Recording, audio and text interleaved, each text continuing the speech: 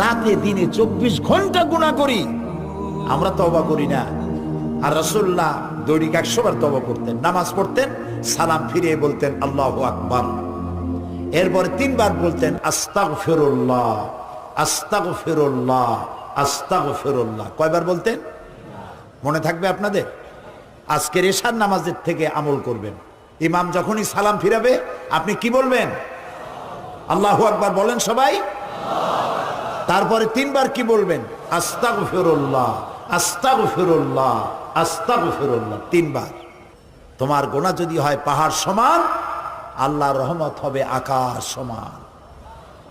তোমার গুনাহ আকাশ সমান, আল্লাহর রহমত তার আরশে আজিম উপচে পড়েছে। সুবহানাল্লাহ। এত দয়া, এত মেহেরবান, এত রহমত আল্লাহ তাআলা।